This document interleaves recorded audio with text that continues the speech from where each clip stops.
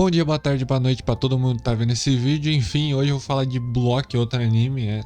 Eu tô falando muito de anime, o pessoal vai começar a achar que eu sou otaku. Não, eu não sou otaku, eu só, leio uns 10 mangá por dia. Inclusive, tô lendo um agora que tá até ali. Jujutsu Kaisen, muito bom, tô curtindo, eu tô comprando o volume físico, né? Não tô lendo pelo mangá livre, o que me atrasa um pouco. Provavelmente vou demorar um pouquinho pra chegar no semanal. Então você deve estar pensando, bom, você é rico, tá comprando com mangá físico? Não, eu sou só muito otário mesmo por pagar 30 conto nessas porra. Ele tava ali e sem querer mesmo. Eu juro que não foi proposital. Eu só olhei e falei, eita porra. Não é que eu deixei no cenário? Então fica no cenário. Antes que alguém pergunte, eu tô nesse estilo todo porque tá frio pra caralho. Eu não vou tirar essa porra aqui pra gravar, não. Eu tô em São Paulo, não era pra estar tão frio, era pra estar garoando, mas não era pra estar frio. Mas enfim, Block. Block é um anime que se diferencia principalmente por ser um anime de futebol, que por algum motivo eu não vejo tanta gente falando de anime de futebol. Tem bastantes, tem a Oshi, tem Super 11, tem Super Campeões. Mas, eu não sinto que as pessoas falam tanto, falam mais de Haikyuu. Vamos se considerar a popularidade de futebol e de vôlei no mundo inteiro, o futebol dá uma lavada no vôlei. A Haikyuu acaba sendo mais popular, tanto entre o pessoal de anime. Se for em qualquer evento de anime, tem algum corno vestido com a camisa do Haikyuu. Falei corno porque é a força do hábito, né? Porque fã de Haikyuu é corno. Alguns provavelmente são, né? Mas aí que a gente entra no Block, porque eu acho que o Block realmente vai ser um anime de futebol que é diferente dos outros. Eu acho que vai popularizar mais essa parada de wow, em evento de anime com a camisa de time que não existe. Essas porra. Eu acho que principalmente por causa das conexões que o Block tem mais pé no chão com o futebol da vida real. Eu acho que muitas outras obras assim, Super Campeões, tinha o Romário. O Romário? Tinha um Romário. Mas eu acho que o Block ele tem mais ligação com o futebol da vida real. Enfim, eu acho que é melhor explicar a história do anime pra vocês verem que realmente tem. Tudo começa com o Izagi Yoichi e o nome dele já tem uma referência ao futebol da vida real. Porque basicamente Izagi é um modo de reescrever Inzaghi, que era um cara que jogava no Milan.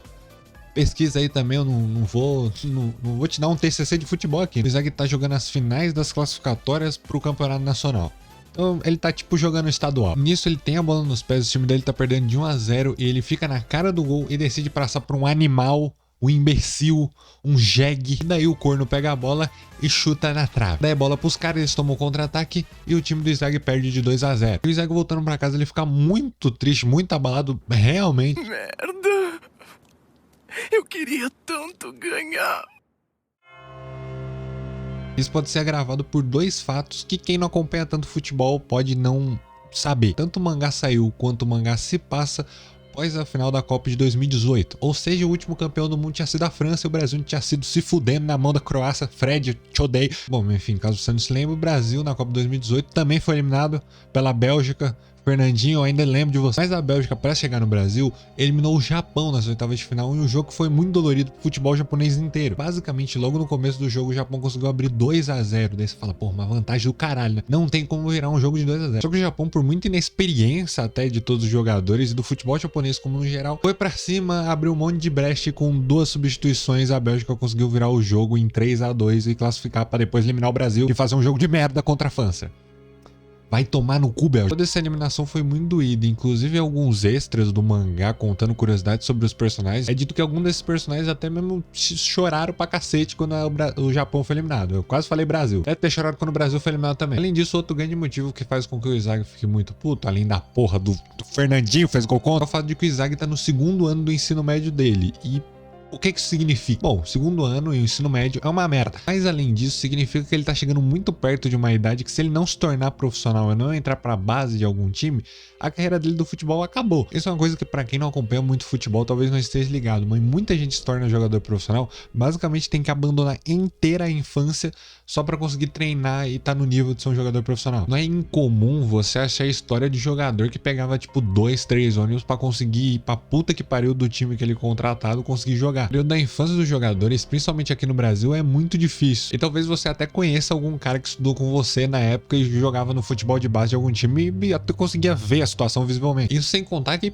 todo mundo quer ser jogador de futebol, mas, se você for ver, cada time só joga 11. Então é uma quantidade bem pequena e quem consegue se tornar, às vezes não consegue se tornar um jogador de um alto nível, então acaba jogando em times menores, nem tem tanta estrutura e acaba vivendo uma vida bem sofrida. E sem falar do pessoal de base, que de times pequenos tem menos estrutura que o profissional, uma coisa tensa. No caso do Izagi, ele tem 17 anos. Isso é uma idade que pro futebol já tá meio velha. Lógico que a gente vê muitos talentos que se destacam com 16, 17 anos. Mas a grande maioria dos jogadores só vai estrear com 19 ou 20. E se aposentando com 30 ou 40. Então uma curiosidade, uma conta curiosa que a gente pode fazer aqui é que se você parar pra pensar, um cara começa a jogar bola tipo na escolinha com 8 anos. Ele vira profissional, vai com 18. Já gastou 10 anos da vida dele só treinando e jogando bola. Ele vai se aposentar com 48 anos ou 38, que é até 30, na realidade 48 anos, não viaja. O cara viveu 38 anos e só 8 anos da vida dele que ele não treinava todo dia pra jogar bola. E voltando pro contexto do anime, o Izagi tá completamente isolado. Sabe que muito provavelmente o próximo ano ele vai ter que focar mais em estudar do que jogar bola, e daí mesmo que ele não vai conseguir ganhar muita coisa com o time dele. Enquanto no outro time a gente é mostrado o Kira.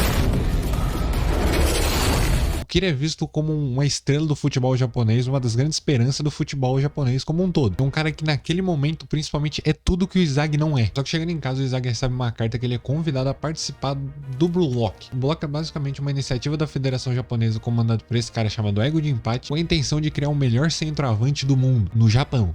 Obviamente. Essa iniciativa é baseada na filosofia do Ego, que pra ele, basicamente, o que falta pro Japão conseguir uma Copa do Mundo é um centroavante de qualidade. Chegando lá no dia marcado, o Izagi encontra o Kira e ele encontra mais 298 jogadores de escola. Basicamente ali tem os 300 melhores atacantes do futebol escolar japonês. Esses 300 atacantes são convidados ao Blue Lock para participar basicamente de um BBB. Só um vai poder ganhar e só um vai poder vestir a camisa da seleção japonesa. E os outros eliminados não só vão ser eliminados do Blue Lock, como também vão ser eliminados da possibilidade de vestir a camisa da seleção algum dia. Ou seja, todo mundo que é eliminado do Blue Lock basicamente termina a carreira do futebol dele ali. Nesse momento que o Ego ele precisa convencer os jogadores, então ele fala algumas filosofias dele aí. Eu acho que nesse momento, em vários outros, o Ego se destaca, porque as coisas que ele fala tem bastante um fundo de verdade.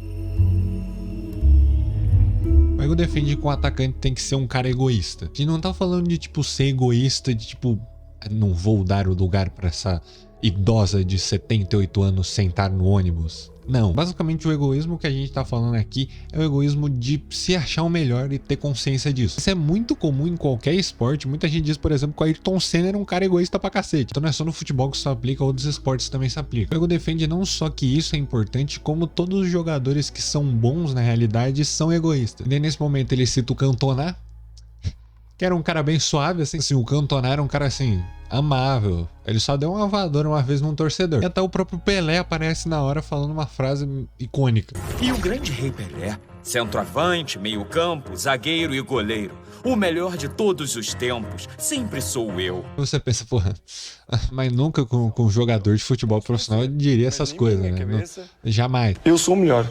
Se você ainda duvida disso, eu te apresento a vocês o Romário, que é o... Romário é o próprio Blue Lock. Tem aqui muito rei. Rei tem 2, 3, 4, 5.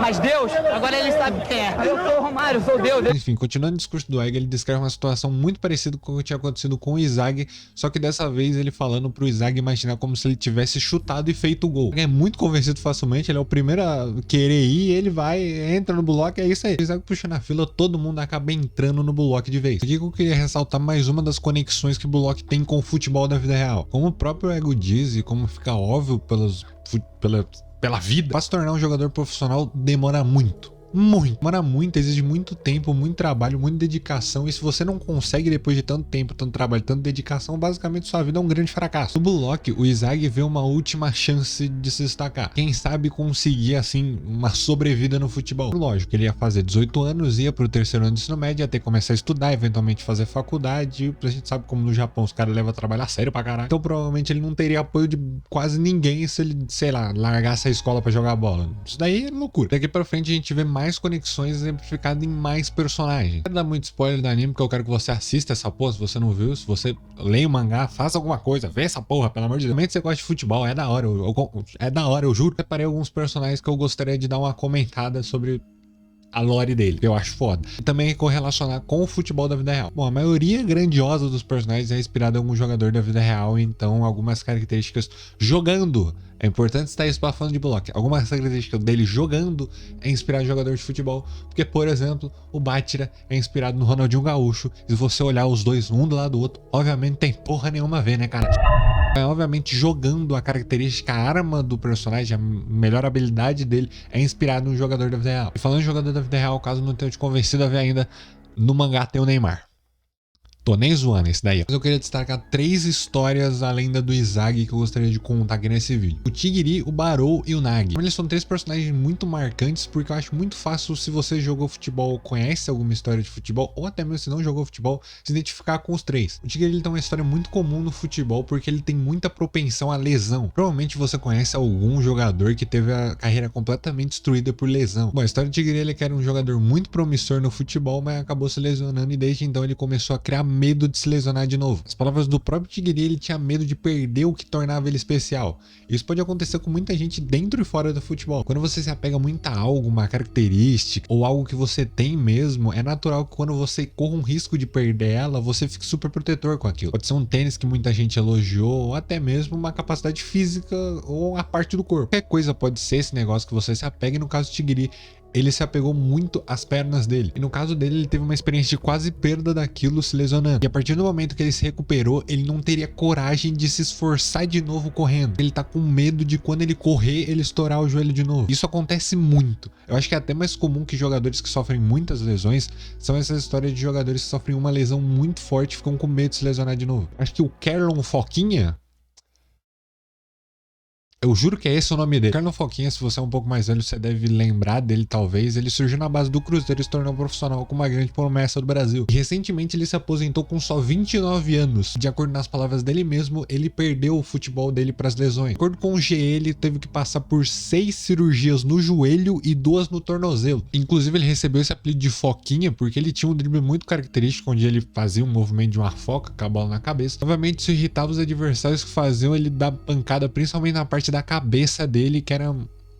Porra, cabeça é frágil, né, gente? O Tigiri representa isso dentro do bloco que eu acho muito foda. Porque a pessoa que tenha passado por uma experiência parecida, só de olhar pro Tigiri já vai se identificar e entender ele. Até se inspirar por ele, porque ele supera toda situação com o decorrer do anime. E outro personagem que eu acho uma obra de arte, em todos os sentidos, é o Barou. No campo, eu é que sou o rei.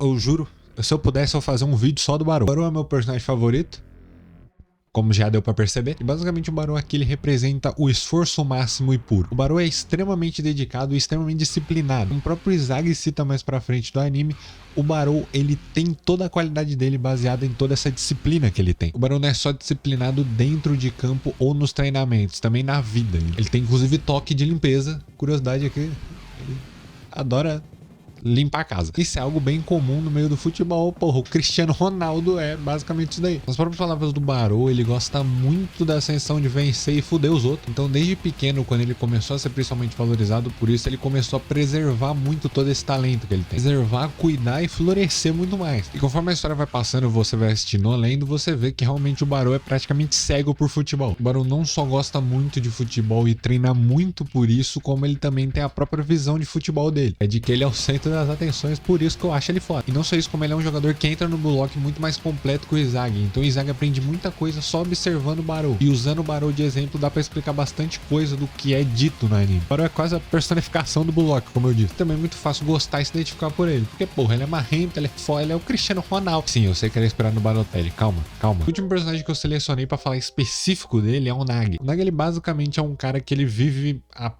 totalmente dependente do talento que ele tem, a facilidade que ele tem em fazer tudo. Ele é extremamente preguiçoso e muito provavelmente tem depressão, mas eu não quero entrar nesse mérito aqui porque eu não sei identificar uma depressão, então vai ver um canal de um psicólogo e analisa você. O Nagi ele não consegue se empolgar basicamente com nada e o futebol também não. Resumidamente, o Nagi ele consegue passar nas provas com muita facilidade, consegue jogar quase tudo com muita facilidade, só que ele não quer. Pra ele, como ele tem facilidade, tipo, porra, é chato pra caralho, essa é a realidade. É que eu acho que a gente pode também desenvolver uma grande identificação com ele, justamente por ele ser até o completo reverso do Barou. O Barou é praticamente obcecado por futebol e por todo esse treino pra manter e desenvolver esse talento que ele tem. O Nagi tem um talento que ele larga completamente. Isso acontece com muita gente que vê as coisas como fáceis, ou é criado como um prodígio e acaba perdendo tesão de fazer as coisas. Uma coisa ficar muito fácil, ela pende pro tédio. E como no caso do Nagi tudo é fácil, ele não tem vontade de fazer porra nenhuma. E aqui a gente entra na situação do desperdício de talento. O desperdício de talento ele é falado de várias formas em Block, porque isso pode acontecer de várias formas no futebol. Recentemente no mangá o Mark Snuff conta que ele teve um amigo, e esse amigo ia pra festa, curtia a vida toda e acabou perdendo toda a qualidade que ele tinha no futebol por não treinar mais, só curtir a vida. Basicamente por ter perdido tudo que ele tinha sendo jogador de futebol, ele acabou caindo em depressão e... Como é que eu falo isso sem o YouTube me fuder? Se mamando. E nesse mesmo capítulo que o Snuff conta essa história, ele também fala uma frase que eu acho muito foda. Ele pergunta pro Barou se o Barou vai ser capaz de se amar até quando as pessoas deixarem de amar ele. E o Bullock fala muito sobre isso, como eu disse, sobre o talento. Nesse vídeo eu tô falando muito sobre talento pra vocês verem que é um tema recorrente. O Tigiri tinha medo de perder o talento dele, por isso ele basicamente queria desistir do futebol. O Barou é um cara extremamente cuidadoso com o talento dele. O Naga é um cara completamente preguiçoso, porque o jeito com que ele foi criado e se acostumou com as coisas fez com que ele perdesse a vontade de fazer as coisas, consequentemente desperdiçando o talento dele. E o Izag é um cara que não tem um talento acima da média e vai desenvolvendo esse talento aos poucos. Essas coisas, além de serem muito relacionáveis para quem tá fora do futebol, é principalmente para quem tá dentro. Acompanha a história do futebol, até mesmo viveu uma história do futebol, sabe que muitas histórias do Bullock fazem referências quase idênticas às coisas que realmente acontecem na vida real. Por isso que o Bullock tem tanta facilidade em recriar sentimentos do futebol, porque parece muito real aquilo. Sabe, tem toda a viagem que todo anime tem, então tem tipo, pô, o Izag para no meio da partida, fica meia hora pensando, passou 2 segundos na cabeça dele. Obviamente tudo isso existe como existe em qualquer outro anime, mesmo assim não deixa de ser identificável por causa disso. Porque a emoção do gol é algo muito bizarro de até de se explicar. Quem é fã de futebol, assiste futebol, quando tem um gol do seu time, você enlouquece. Se você não for fã de futebol, pesquisa reação de torcedor a gol de título. Tem cara que desmaia. Do mesmo jeito que essa emoção é forte quando ganha, também é forte quando perde. Dado o vídeo do torcedor do Vasco quase se jogando numa ponte falando pro Botafogo não. É maravilhoso. Dá mais não, mano. Pro Botafogo não. Ué, chega perto de mim não, mano.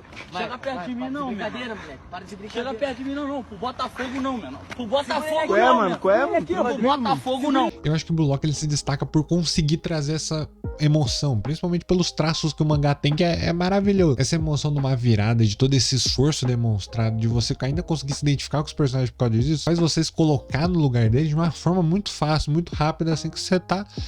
Você brilha, você grita assim de vez em quando sai um gol. Não que eu tenha feito isso, mas acho que se você não conhece futebol e vai ver Bullock e gostar, muito provavelmente você vai querer acompanhar futebol também. Muito provavelmente se você gosta de futebol, mas não acompanha anime, Bullock vale muito a pena. Acho que tem toda essa questão de se acostumar com essas viagens de anime. Tem, mas se acostuma, eu juro. E, obviamente eu não tô falando isso com a intenção de diminuir as outras obras de futebol. A Oshi eu preciso ver, ainda tá na minha lista. Super Campeões e Super 11 também, porra. Eu não sou louco de falar mal do Super 11. Todas têm sua própria forma de adaptar o futebol e eu acho que isso é uma maravilha. É um esporte que pode contar milhares de histórias de milhares de formas diferentes. Acho que o diferencial de Bullock é conseguir representar essa emoção real que a gente tem vendo um jogo de futebol da melhor forma possível lendo um mangá. Eu acho que é nisso que o Bullock se destaca, é por isso que eu gosto tanto dele, porque também eu gosto muito de futebol. Ou eu que sou muito doido e fico emocionado com o gol do mangá. Também pode ser isso, mas eu prefiro acreditar na primeira opção.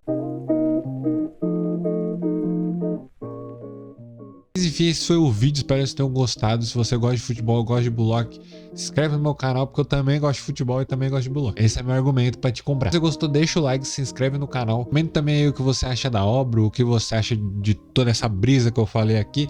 Enfim, espero vocês semana que vem com mais um vídeo sobre mais algum assunto aleatório. Beijão e até mais.